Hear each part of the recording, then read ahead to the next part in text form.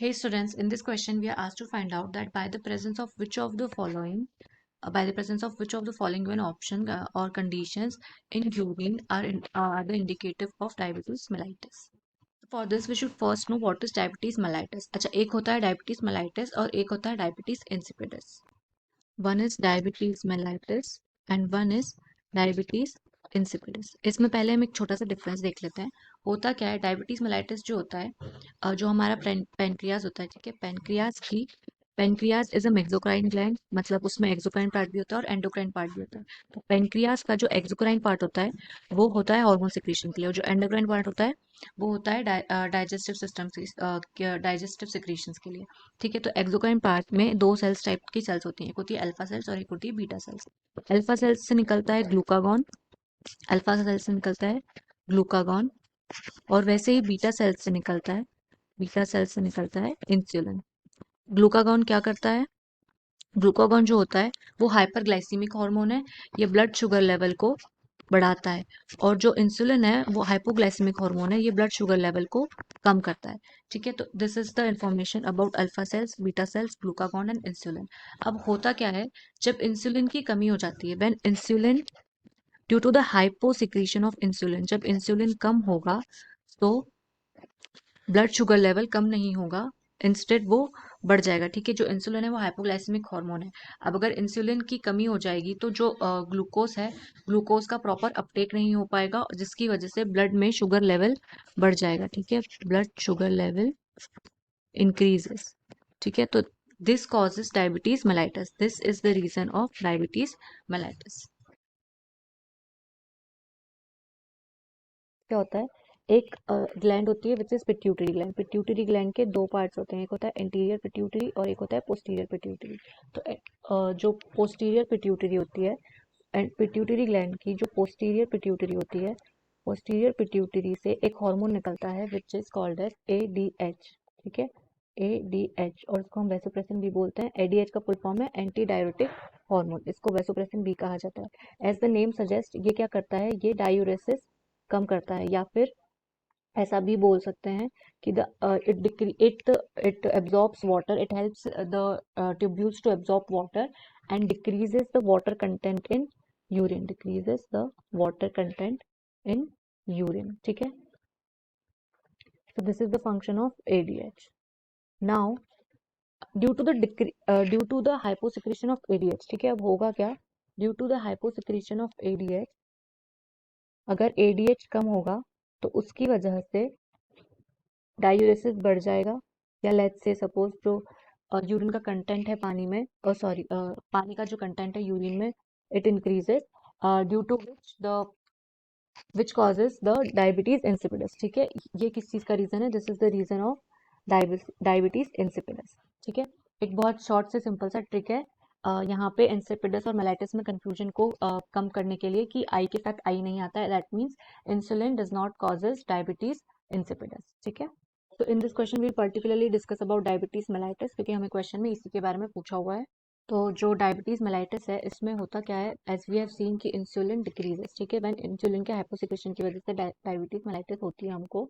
लेकिन इसमें एग्जैक्टली क्या होता है, होगा क्या है, यहाँ पे जो इंसुलिन है, इंसुलिन की कमी हो जाएगी तो क्या होगा, ग्लूकोज का अपटेक नहीं हो पाएगा. ठीक है, glucose uptake is not proper when due to the hyposecretion of insulin. ठीक है, ग्लूकोज का अपटेक प्रॉपर नहीं हो पाएगा, जिसकी वजह से ब्लड शुगर लेवल बढ़ जाएगा. अब अगर ब्लड शुगर लेवल बढ़ गया तो ये जो ग्लूकोज जो ब्लड में इकट्ठी हो गई है, ये क्या होगा, this glucose is observed in urine. ठीक है, ये जो ग्लूकोज होती है वो यूरिन के साथ बाहर निकल जाती है. तो this condition is known as glycosuria.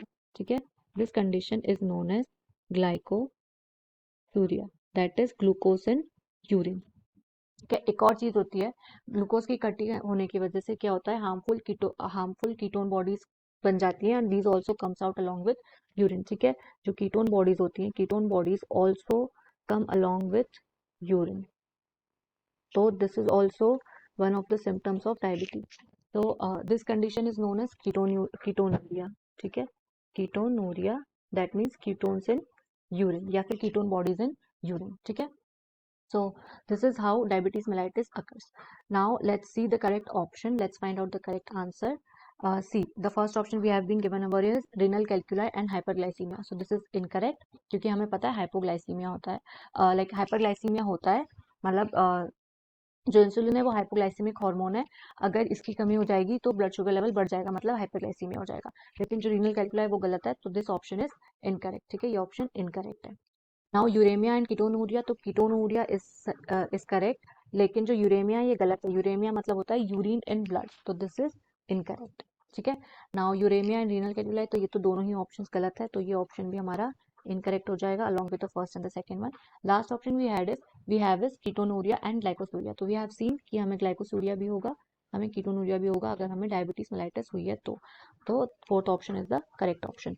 Now just a detail description about diabetes mellitus we'll discuss over here before ending the video और बिफोर एंडिंग द डिस्क्रिप्शन, ठीक है। डायबिटीज मेलाइटिस दो टाइप्स का होता है, एक होता है इंसुलिन डिपेंडेंट डायबिटीज मेलाइटिस और एक होता है non insulin dependent diabetes mellitus, ठीक है। एक होता है इंसुलिन डिपेंडेंट, एक होता है non insulin dependent.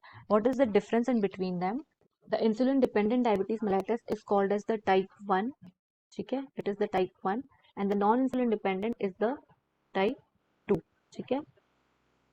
Late us see the differences. The first differences, जो इंसुलिन डिपेंडेंट डायबिटीज मेलाइटिस होती है वो जनरली उन लोगों को होती है जिनकी एज 40 ईयर्स से कम होती है, ठीक है, less than 40 years of age में पाई जाती है जनरली। और जो नॉन इंसुलिन डिपेंडेंट होती है वो जनरली 40 टू 60 ईयर्स के एज गैप में लोगों को देखने में मिलती है, ठीक है। इसमें होता क्या है कि और ये जो नॉन इंसुलिन सॉरी जो इंसुलिन डिपेंडेंट डायबिटीज मेलाइटिस है, it is less common. Instead जो नॉन इंसुलिन डिपेंडेंट है वो ज्यादा कॉमन है, ठीक है, दिस इज मोर कॉमन, ठीक है। Now the next difference is the main difference, जो सबसे मेन डिफरेंस है इनका वो ये है कि जो इंसुलिन डिपेंडेंट डायबिटीज मेलाइटिस होता है इसमें क्या होता है, इसमें जो बीटा सेल्स होती हैं, जैसे कि मैंने बताया था कि जो इंसुलिन होता है वो बीटा सेल्स से निकलता है ऑफ पैंक्रियास, तो जो इसमें जो इंसुलिन डिपेंडेंट में क्या होता है, जो बीटा सेल्स होती हैं, the beta cells are immunologically destructed, ठीक है।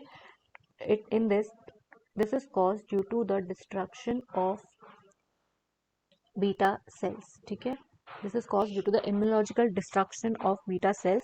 तो इससे क्या होता है, जो ब्लड इंसुलिन होता है, the blood insulin decreases, blood में इंसुलिन का अमाउंट कम हो जाता है due to the destruction of beta cells, ठीक है।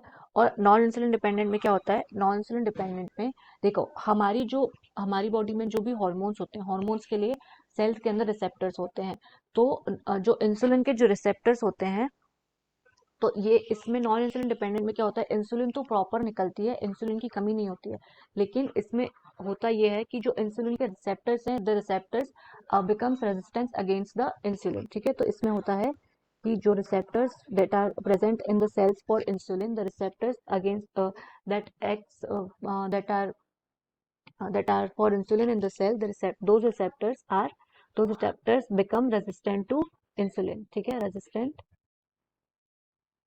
for insulin, ठीक है। नाउ सी इसमें क्या होगा, इसमें जो होगा ना, इसमें ब्लड का जो इंसुलिन लेवल है, the blood insulin level will be either normal और it will be high, blood insulin level is normal to high we can say. Now why are we saying high, because see जो हमारी body है, हमारी body insulin release कर रही है लेकिन receptors उसको एक्सेप्ट नहीं कर रहे, तो हमारी बॉडी को ये लगेगा कि हमारी बॉडी में इंसुलिन जा नहीं रहा है, ठीक है।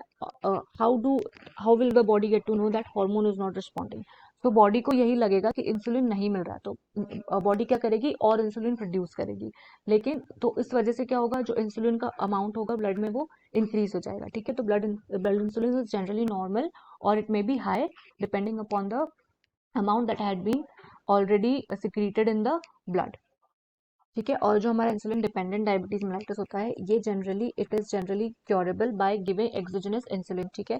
अगर बाहर से हम एक्सोजेनस इंसुलिन प्रोवाइड कर देंगे तो this is curable by giving exogenous insulin. और इसमें तो इंसुलिन देने का कोई फायदा नहीं है, इसमें हमें हार्मोन्स ठीक करना पड़ेंगे, तो इसमें एक्सोजेनस इंसुलिन का कोई इफेक्ट नहीं होता है, ठीक है। तो I hope you understood the difference. This was these were the two types of diabetes mellitus. Okay, so I hope this information was useful for you. Thank you.